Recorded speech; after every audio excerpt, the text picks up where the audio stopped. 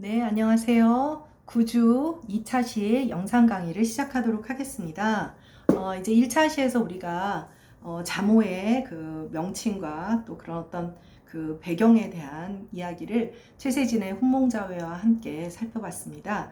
오늘 2차 시에서는 또 역시 약간 역사적인 얘기로 이런 자모의 명칭들이 고정화되어 있었던 것이 아니고 조금 변화를 했었거든요. 그래서 그런 것도 한번 같이 살펴보는 것으로 시작을 하도록 하겠습니다. 강의 자료, 네. 강의 자료 4쪽이고요. 강의 자료 4쪽이고, 교재는 145쪽에 해당합니다. 교재 145쪽에 해당합니다. 이게 우리가 앞서 그 훈몽자회 그 초정성 통용 팔자 이렇게 보면 알겠지만, 특히 이제 초성에서만 사용되는 키역, 티읕, 피읍은 그러니까 그냥 그 앞에 초성에서만 사용되는 그 한자를 소개를 해놨을 뿐이에요. 그러니까 기역, 니은과 같이 초정성에서 사용되는 경우와 어떤 예시의 방법이 틀렸죠. 달랐죠. 달랐기 때문에 명칭이 아니었는데 명칭이 되는 바람에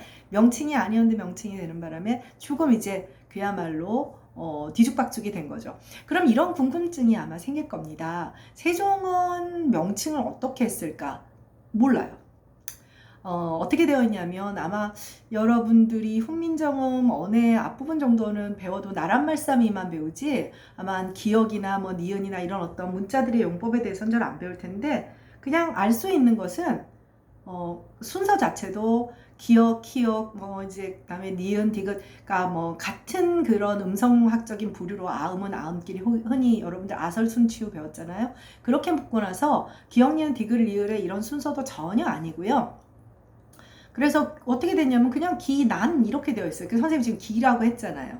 그러니까 기인지 간지 곤지 군지는 모르지만 우리 그냥 편의상 그냥 기난 뭐뭐뭐 군자 처음 군자 초발성 하니라 뭐 이렇게 그냥 읽습니다. 수업 시간에 강독 시간에.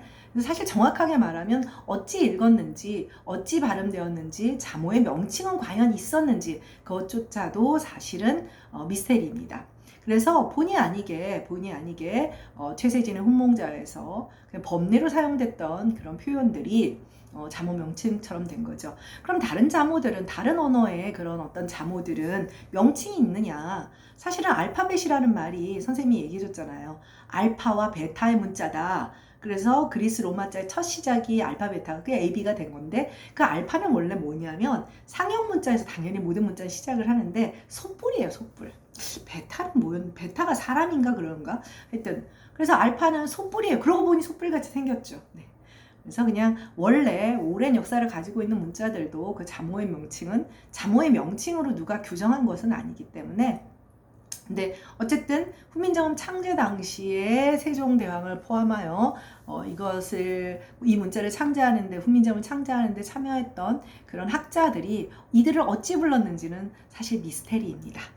네, 그래서 그러다 보니 많은 사람들이 그 명칭에 대한 관심을 갖게 되었는데, 여기서 이제 교재 145쪽에서 소개한 것을 지금 회색 박스에 선생님이 다시 강의 자료를 옮겨놨습니다. 4쪽 강의 자료를 함께 보면 강의라는 사람이 1869년에 동문 자모분해라는 책에서 초성 18자에 대해서는 이응은 의, 흐, 그, 끄, 크, 스 뭐 이렇게 불렀어요. 반면에 종성으로 쓰이는 애들은 기읍, 니은 이렇게 부르자.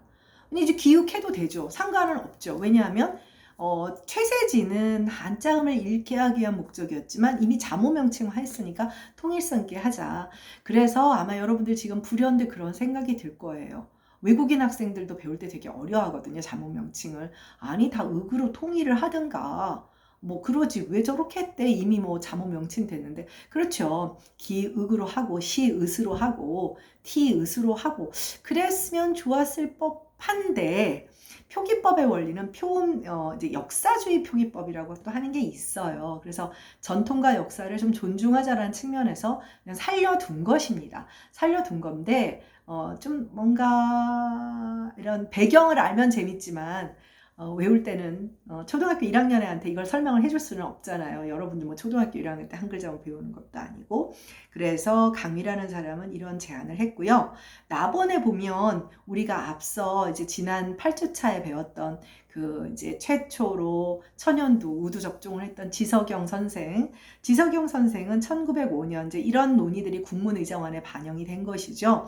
신정국문에서 대체로 홍봉자의 방법을 따랐지만 단 한글로 적었어요. 이건 굉장히 중요하죠. 그러니까 기역, 니은. 네, 이제 이미 이거는 최세진의 입장과는 달라졌으니 자모명칭 이렇게 했고요. 근데 보다시피 기역보다는 기역을 이제 통일성을 좀 갖고자 하는 그런 입장들이 좀 강했던 것 같아요. 네. 그 다음에 지난주에 소개를 하려다 깜빡 놓쳤던 육일준 오늘 소개를 할 겁니다.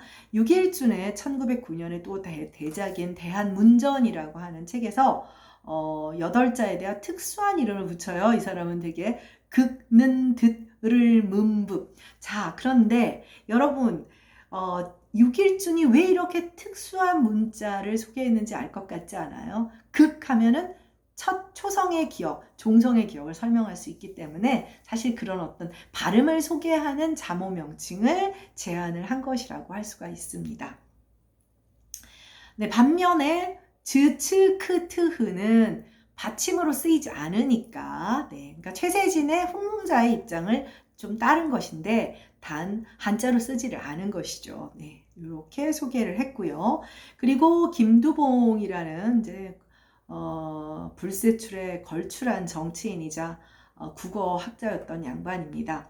근데 이제 사실 이분에 대해서 남한 학계에서는 이제 잘 소개를 요즘은 많이 이제 국어학 쪽에서 하지만 선생님이 학교 다닐 때만 해도 감히 배울 수 없는 사람이었어요. 북한의 김일성 대학 총장하고 그랬던 사람이라.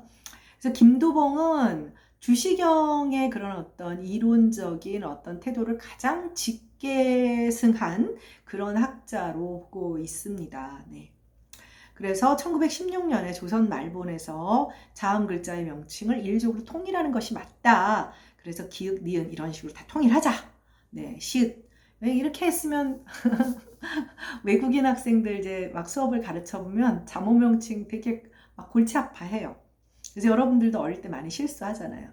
기역이라고도 하지만 키역이라고도 하고, 그 다음에 시읒이라고도 하지만 또 지읒치읒이라고도 하고, 디귿 때문에 티귿이라고도 하지만 또 디귿이라고도 이런 혼란의 문제들을 김두봉은 통일하자 이런 입장이었습니다. 그리고 우리가 지난 시간에 배웠던 조선총독부와 조선어학계는 어떤 입장을 가졌나? 조선총독부는 전형적인 이제 그 언문철자법은 표음주의였고 조선어학계는 표의주의였잖아요. 그래서 여기서는 기역, 니은 네 이렇게 그대로 했고요. 언문철자법에서 키읔, 키읔을 이제 키읔, 키읔으로 표기만 붙였어요. 근데 실제 발음은 키읔, 키가 아니고 히읗, 히도 아니에요. 키읔을, 히읗을 이렇게 되잖아요. 그냥 자모 명칭만 이렇게 해놓은 것이고 어찌 보면 기역, 디귿 이런 것을 살린 것은 조선 총독부와 같은 맥락으로 볼 수도 있을 것 같습니다. 네, 이렇게 이제 그 교재 145쪽에서도 소개했던 자모 명칭의 오랜 유구한 역사를 소개를 했습니다. 글쎄요, 뭐 향후 우리가 대대적인 또 맞춤법 개정안이 있다면 그땐 자모 명칭을 바꿀 수도 있지 않을까? 선생님도 바꿔야 되는 거 아닌가? 그냥 옛날 요기 쓰게 남겨내는 거 이렇게 꼭 뭐 이런 자모 명칭 가지고 어차피 최세진이 기역, 디귿 시옷을 자모 명칭으로 제안한 것도 아니기 때문에 선생님도 개인적으로 그런 생각을 좀 가지고 있습니다. 네, 사쪽 하단에 지난주에 설명을 하고자 했던 그 육일준을 깜빡 놓쳤잖아요. 이게 육일준을 구태여 소개하고자 한 것은 우리가 지금 사용하고 있는 것은 이제 국한문 혼형이라 그래서 사실 국문과 한문을 사실 한자어를 쓰고 있으니까요. 근데 이제 국문이 주가 되는 이제 한글로 표기하는 것이 주가 되는 그런 입장인데 그런 것을 최초로 도입한 사람이 육일준이고요. 육일준은 최초의 유학생이에요. 최초의 일본 유학생, 최초의 미국 유학생인 사람입니다. 아마 사진을 찾아보면 이제 이 사람이 어디 보스턴인가 어딘가 처음 배를 타고 내렸을 때 한국이라는 나라에서 이런 사람이 와서 유학을 한다 뭐 이런 기사가 작게 뜨기까지 할 만큼 그 시절은 이제 뭐랄까요, 뭐 조선이 대단해서가 아니라 이런 동양 사람이 유학을 온다라고 하는 것이 신기해서 그랬던 모양입니다. 뭐 어찌 보면 육일주는 굉장히, 그러니까 그 당시에 발달한, 그러니까 20세기 초에 서구 열강의 모습들을 가장 앞서서 본 사람이에요. 참으로 답답했을 겁니다. 참으로 답답하고 기울어져가는 나라를 보면, 그래서 일제에서 남자, 그때 여러분도 알다시피 일본은 기본적으로 영국의 어떤 그런 귀족과 뭐랄까요, 왕위 제도를 따라가는 거라서 뭐 백장, 남장 뭐 그런 제도까지 다 있었어요. 그래서 육일준한테 남작 자기까지 주려고 회유도 하고 그랬음에도 불구하고 거절을 했죠. 네, 그래서 개화 사상가이자 역시 정치인입니다. 정치인이 더 우선이에요. 우선이지만 역시 국어학자이기도 한 사람입니다. 조금 전에 대한문전도 봤죠. 앞서 우리 왜 그 어윤중이라는 사람 이름도 아마 기억이 날 텐데, 여러분들한테 이게 이분 한국사 시간도 아니고 뭐 근대 역사 시간도 아니라서 한 분 한 분 다 소개할 수는 없지만, 여기서 이름 한번 거론되는 분들은 다 역사 속에서 근대의 대단한 사상가이자 또 어떤 민족주의자, 그리고 개화사상가, 민족주의자, 독립운동가, 그런 분들입니다. 네, 신사유람단이라고 알 거예요. 이제 일본에 앞선 그런 어떤 그 서구 문물을 보러 가는 그런 이제 말하자면 시찰단 같은 거죠. 거기에 참가해서 우리나라 최초의 일본 유학생이 되었습니다. 되었고, 또 같은 해 7월에 민영익이라는 이름 아마 들어본 기억이 있을 거예요. 수행원이 되어서 우쪽으로 넘어가겠습니다. 미국으로 건너가 이제 일본 유학 때 알게 된 생물학자가 있었어요. 이 사람은 그 어떤 그 박물관장, 매사추세츠 세이름스의 피바디 박물관의 관장인 모스라는 사람인데, 이 사람이 일본에 처음으로 진화론을 소개를 했어요. 일본에 처음으로 그 진화론을 소개한 사람이에요. 근데 이제 그렇게 우연히 연이 닿아서 이 사람이 이제 게이오 대학 그쪽일 거예요. 그쪽에서 좀 공부를 하다가 이제 이 학자를 만나고 그래서 그런 인연으로 미국에 와서 개인 지도라는 게 우리가 생각하는 거창한 게 아니에요. 미국 유학도 보면 기간도 굉장히 짧아요. 영어도 아마 제대로 못했을 텐데 그래도 굉장히 이게 그런 어떤 나중에 책을 쓸 때 참고를 하는데, 여기서 한 가지 알아둬야 할 것은 뭐냐면, 대개의 개화 사상가들은 일본을 통해서, 그러니까 일본 사람들이 번역한 영문이나 서구 책들을 많이 접했어요. 그래서 지금 우리가 많은 학술 용어들을 일본식 한자어를 사용하고 있는 겁니다. 네, 이게 여러분들 얼마나 문화라고 하는 것이 정말 여러분들 햇님과 바람으로 불어도 옷을 안 벗는데 햇님이 옷을 벗게 하는 것처럼 문화가 바로 그런 거예요. 그러니까 조금 살금살금 기어 들어가서 녹여내는 그런 힘. 그래서 이게 일제시대의 그 잔재라고 하는 것이 지금조차도 쉽게 남아있게 되는 거죠. 그러니까 자, 그래서 어쨌든 이 사람은 1884년에 미국으로 넘어간 다음에 거버너 너머 아카데미, 이게 그 지금으로 말하면 보딩스쿨 같은 건가 봐요. 대학 입학하기 전에 거기서 수학을 하면서 우리나라 최초의 미국 유학생이 됐는데, 보다시피 84년에 갑신정변이 일어나고도 실패를 해요. 그러니까 그 해에 갔는데 12월에 학업을 중단하고, 아마 여러 가지 이유가 있었겠죠. 좀 위험하다고 해서 오지 말라고 했던 가족들의 연락도 있을 거고, 또 나온 김에 또 들어가면 어떤 일이 벌어질지 모르니까 나올 수도 없을 것 같다고 생각했는지 유럽 각국까지 순방을 한 뒤 거의 1년의 시간을 외국에서 1885년에 보내고 12월에 귀국을 합니다. 이렇게 보고 듣고 배운 것들이 그 당시로서는 어마어마했겠죠. 지금 우리가 잠깐 외국 갔다 와도 아는 것처럼 대단하게 얘기를 하고, 교수님들 중에도 간혹 보면 정말 잠깐 거기 가서 하셔서도 미국 아니면 안 될 것처럼 말씀하시는 그런 분들을 보면 참 어이가 없기도 한데, 어쨌든 이렇게 돌아왔습니다. 그래서 이분도 갑신정변의 주모자인 김옥균, 박영우 등과 친분관계가 있다 해서 개화파 일당이다, 친일파다 등등 해서 이제 근데 여러분도 알다시피 김옥균은 차명을 당하고 이렇게 되는데, 이제 이 6일주는 참 그런 극형을 면하고 1892년까지 굉장히 오랜 시간 동안 연금을 당하게 됩니다. 연금을 당하면서 그때 자신이 경험했던 그런 서유견문이라고 하는, 서유견문은 말 그대로 서양을 유랑하면서 견문 보고 들은 것이다 라는 그런 책을, 방대한 저서를 쓰고 1895년에 출판을 하게 됩니다. 이 책은 단순히 뭐 무슨 견문록의 차원이 아니에요. 견문록의 차원이 아니고 서양 사람들이 뭐 하멜표록이라든지 뭐 이렇게 한 그런 단순한 견문록이 아니라 자신이 이런 서양의 그런 어떤 발달한 문물을 보고 우리나라는 이렇게 해야 한다라는 어떤 개화 사상에 대한 주장을 한 책입니다.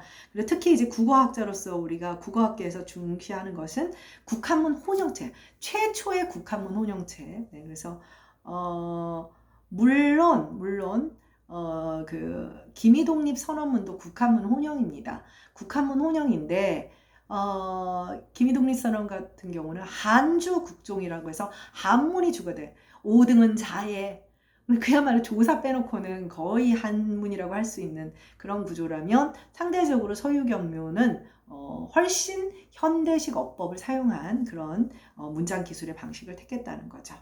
서양 근대 문명을 소개하고 한국의 실정에 맞는 자주적인 개화, 실상 개화라는 것을 주장을 하고, 그리고 1909년에는 국어문법서인 대한문전을 저술하고, 그러니까 말년에 이제 큰 업적을 달성을 하고 1914년에 이제 그 세상을 떠나시게 되는 거죠.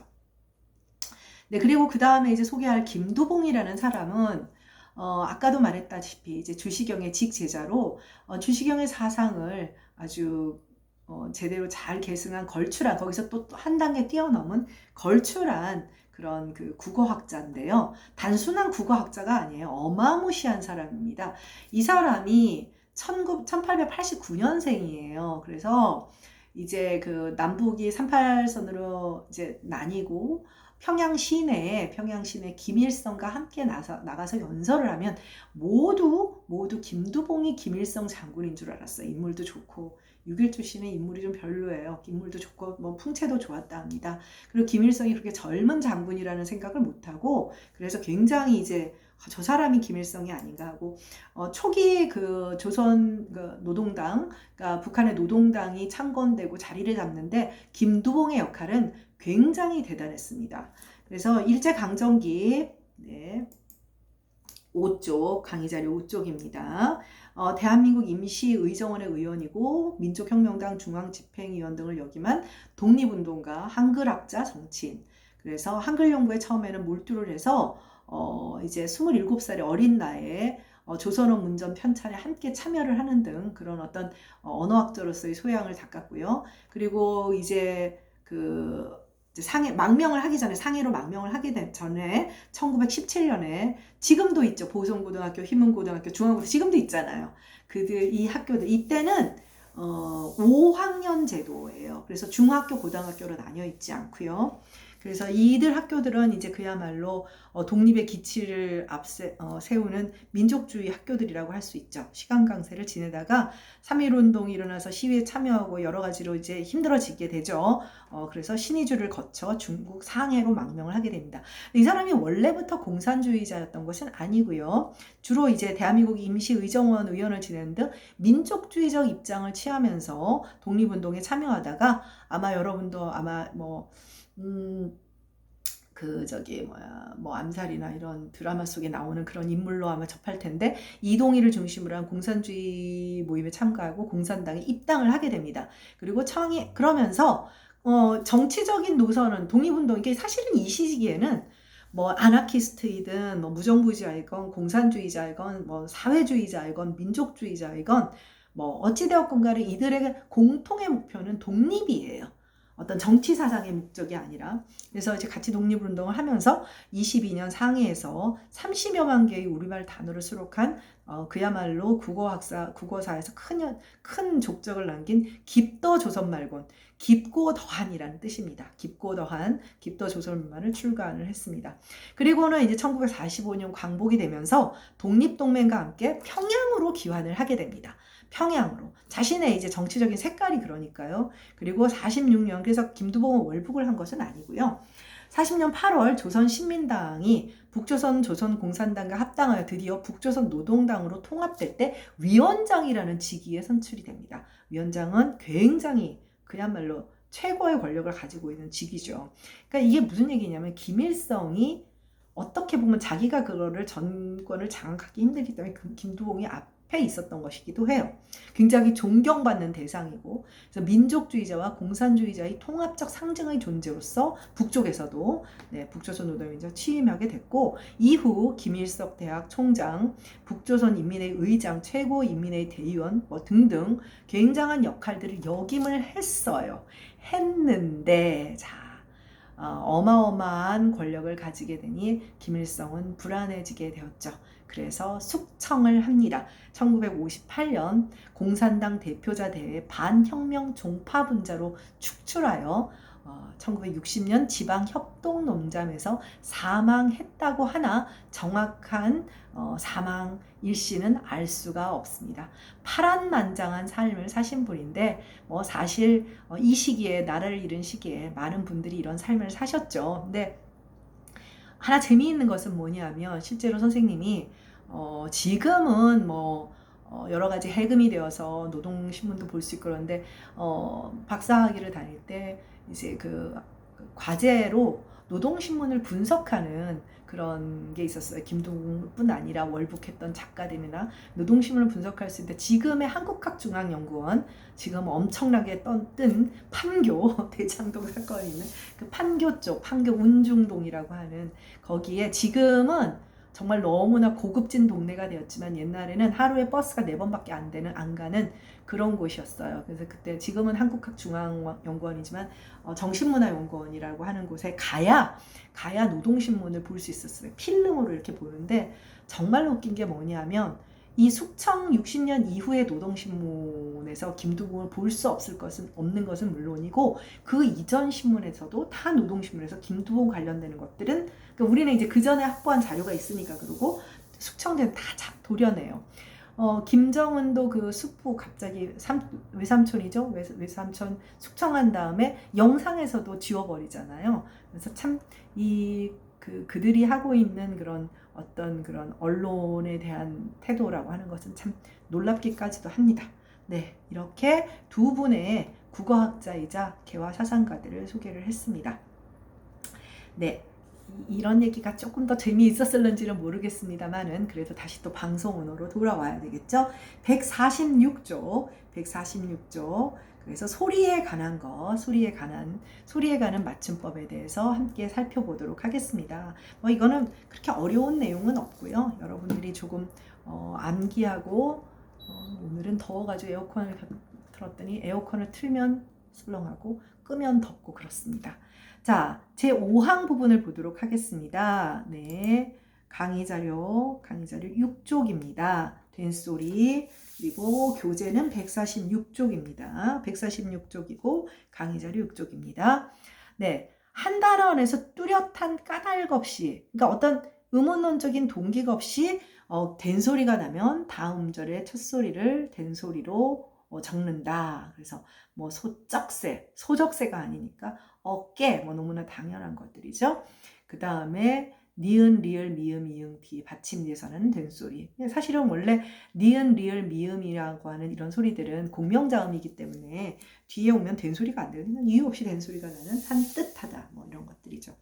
자, 다만 항목에 있는 것들이 문제를 내면 많이 틀리는 겁니다. 그래서 여러분들이 좀 암기에 부담이 있는 것인데 뭐 국수는 안 틀리지요. 근데 많이 틀리는 거 문제 내면 정말 많이 딱지도 아니고 요새 또 딱지, 네, 오징어 게임 때문에 딱지, 뭐 이건 안 틀리는데 많이 틀리는 게 뭐냐면 법석 좀 틀립니다. 법석을 쌍시옷으로 쓰는 경우도 많고 깍두기는 뭐가 틀리냐면 쌍기역, 첫 소리를 쌍기역으로 쓰는 경우가 굉장히 많습니다. 그래서 이거는 선생님이 문제를 이렇게 옛날에 국어정서법 그 문제 같은 거를 내보면 많이 틀리는 빈도수가 있는 거니까 최소한 여러분들한테 부탁하고 싶은 것은 이렇게 맞춤법에 58항까지 나와 있는 얘들은 반드시 좀 기억을 해두도록 하세요. 이제 여러 가지 공무원 시험뿐 아니라 반드시 이게 맞춤법 표준어 다 나오는데 이제 진짜 난이도가 되게 어렵게 출제자 교수 자기도 모르면서 막 사전 찾아서 내는 그런 거는 운 좋아야 맞는 거지만 이거는 난이도화. 근데 많이 틀리거든요. 네, 이렇게 기억을 하도록 하고요. 싹둑싹둑 같은 것도 이것도 좀 틀리는 것 같아요. 네. 깍두기는 오히려 뒤에 있는 뚜는 안 틀리는데 선행하는 문제. 네, 이렇게 이거는 전형적인 표음주의죠. 표음주의라는 것입니다. 그리고 뭐 같은 음절이 반복되는 짝짝 똑똑 뭐 이런 건 설명하지 않아도 되겠죠. 그러나 우리가 잘 안 틀린다 하더라도 원리 원칙이라고 하는 것이 있다는 것은 기억을 할 필요가 있습니다. 네, 그 다음은 국외음화와 관련되는 그런 그 소리 얘기입니다. 교재 147쪽인데요. 교재에서는 지금 구체적인 그런 예를 들어 소개를 지금 앞 본문에서는 하지 않고 있어서 255쪽부터 256쪽으로 가면 이제 그 맞춤법 규정이 제6항부터 소개가 되고 있습니다. 이것도 수능 문제에도 좀 나오고 옛날에 수능 이거 그때 뭐 거치다 이 문제 국외음화 관련돼서 이의 신청이 굉장히 많았던 그런 문제가 몇 년 전에 있었던 걸로 알고 있습니다. 네, 일단 그래서 교재 본문의 147쪽에는 없고 그 이제 뒤에 가서 여러분들이 6, 7항을 좀 살펴볼 필요가 있다고 생각돼서 선생님이 제시를 했습니다. 네, 그래서 디귿, 티읕 받침, 디귿, 티읕 이건 틀리잖아요. 네, 디귿, 티읕 받침 뒤에 종속적 관계를 가진 이런 어떤 이나 희가 올 적에는 접사가 오는 거죠. 접미사 올 적에는 지읒, 치읒으로 소리가 나더라도 정답, 즉 표의주의로 쓰자는 거죠. 형태소를 고정해서 쓰자. 접미사도 고정하고 그 다음에 이제 어간 형태도 고정하자. 그래서 여러분이 잘 알고 있는. 그런데 지금 그래서 기억을 취하고 니은을 버림인데 재미있는 것은 선생님이 88년에 그 개정안 이전에는 니은 형태가 정답이었어요. 해, 노지, 구지 이렇게 썼다니까요. 그런데 88년에 맞춤법을 대대적인 개정을 하면서 모두 표의주를 강화했어요. 사실은 88년에 이제 그 맞춤법의 개정은 표의주의의 방향을 강화하는 방향이었습니다. 네, 그리고 뭐 할치다, 거치다 이런 것들도 모두 기억의 형태를 선택한다라는 것을 기억을 하고요. 그러니까 선생님이 빨간 표시해 놓은 것이 올바른 표기라는 것이고 이제 뭐 거치다 이런 건 잘 안 틀리는데 이제 물론 니은처럼 쓰는 게 있죠. 그건 동음이어로 다른 의미죠. 다른 의미죠. 네, 그거 이제 58항에 가면 동음이어가 쫙 나오죠. 동음이어를 구별하기 위해서도 이런 표의주의 표기가 필요한 겁니다. 제 7항의 경우에는 네, 우리가 흔히 이제 요거 많이 틀린 거예요. 이제 디귿 소리 실제 발음은 다 디귿 나름이 나잖아요. 시옷으로 적는다. 덧조거리, 돗자리, 뭐 우더른. 자, 우더른 같은 경우도 실제로는 우더른이지만 시옷으로 써야 돼요. 네, 이런 것들이 이제 무릇, 사뭇, 뭐 많이 안 틀리지만 이제 하돛 이런 잘 안 쓰는 단어들, 네, 이런 것들은 대부분 시옷으로 적는다는 것만 기억을 해두면 될 것 같습니다. 네, 그 다음에 7쪽으로 넘어가도록 하겠습니다. 7쪽. 네, 국외음화 지금 얘기를 조금 더 보완해서 설명을 하려고 하는 것인데요. 디귿으로 네, 강의 자료 7쪽 같이 봐주세요. 디귿으로 적을 근거가 있는 경우에는 당연히 디귿으로 적는 것이 원칙입니다. 근거가 있다. 도대체 뭐가 근거가 있느냐. 자, 예를 들면 자, 마지 같은 경우는 마다들 이럴 때 있으니까 디귿으로 쓰고 나달 이것도 낫이란 형태가 있으니까 이렇게 써야 된다. 고지도 곧장과 곧이시 디귿이 다른 형태소에서 확실한 형태로서 존재하는 경우에는 이제 디귿으로 적어야 된다는 것이고요. 그 다음에 돛보다, 딛다, 얻다가처럼 본말에서 준말이 만들어지는 경우에도 디귿으로 적는 거예요. 이러면서 돛보다는 것은 이제 이렇게 좀 도도와서 보는 거죠. 그래서 돛보다, 디디다, 딛다, 어디에다가, 얻다가. 그러니까 이제 얻다가의 디귿은 어디에서 나온 거. 그 근거가 있는 것은 디귿으로 쓴다. 네. 그 다음에 셋째, 한글 맞춤법에서 규정하고 있듯이 반짓고리, 사흔날, 숟가락, 이튿날처럼 리을 소리가 소위 학교 문법에서 디귿, 리을 옛날 교사 선생님들은 디귿, 리을, 호전은 서로 교환되어 사용된다. 이게 원래 원래 이제 역사적인 근거가 있는 건데, 이제 요런 아이들의 경우에는 이제, 반질고리, 뭐, 시옷으로 쓰거나, 원래는 이제 잘 생각해 보세요. 뭐, 사흘, 반질고리는 반질이란 형태를, 다른 형태가 안 보이죠? 숟가락을 한 술, 두 술, 이틀도 있잖아요. 이렇게 디귿과 리을이 서로 연관되는 경우에는 디귿으로 적는다. 이건 뭐 사실 여러분들이 거의 안 틀리기 때문에요. 왜 안 틀릴까요? 이렇게 예외적인 왜 안 틀릴까요? 어릴 때 혼나면서 꿀밤 맞으면서 공부한 덕에 사실 이렇게 단순함기에 위대한 힘도 있습니다. 네. 그리고 늙기 전에 공부하는 거. 여러분들도 아마 지금 살짝 암기력이, 그래 교수님들 보면 이거 왜 이러지 왜 이러지 하는데, 선생님도 어릴 때는 교수님들이 왜 저럴까 그랬는데 요즘 제가 그러고 있어요. 네. 네, 그 다음, 네. 요거는 이제 이제 교재 안에서는 지금 교재에서는 소개를 안 하고 있는데요. 조금 중요한 것이라 좀 소개를 하려고 합니다. 그래서 요거 지금, 물론 뒤에 당연히 있어요. 그 맞춤법 교정에는 있지만 또 그래도 여러분들이, 선생님이 소개를 하면 더 중요하다고 생각하지 않을까 해서, 지금, 그 파랑 147페이지에서는 간단하게 설명만 하고 있어가지고, 게리에 메이 피해. 자, 선생님 발음 이상하죠. 그래서 실제로는 우리가 게레메해, 메페해라고 해요. 여러분 해화역 가죠. 그럴 때 뭐 영희야 우리 희화역에서 만나자라고 하는 사람이 어디 있어요? 그냥 해화역이라고 하죠. 실제로 예라고 하는 이중모음은 에로 소리 나는 경우가 많아요. 대부분이 그래요. 그러니까 예로 발음 나는 경우는 제 이름절에, 그리고 자음이 없을 때, 예술, 예능, 예인 이럴 때만 정확하게 발음이 돼요. 그렇기 때문에 표기는 그래도 예로 써야 된다는 거예요.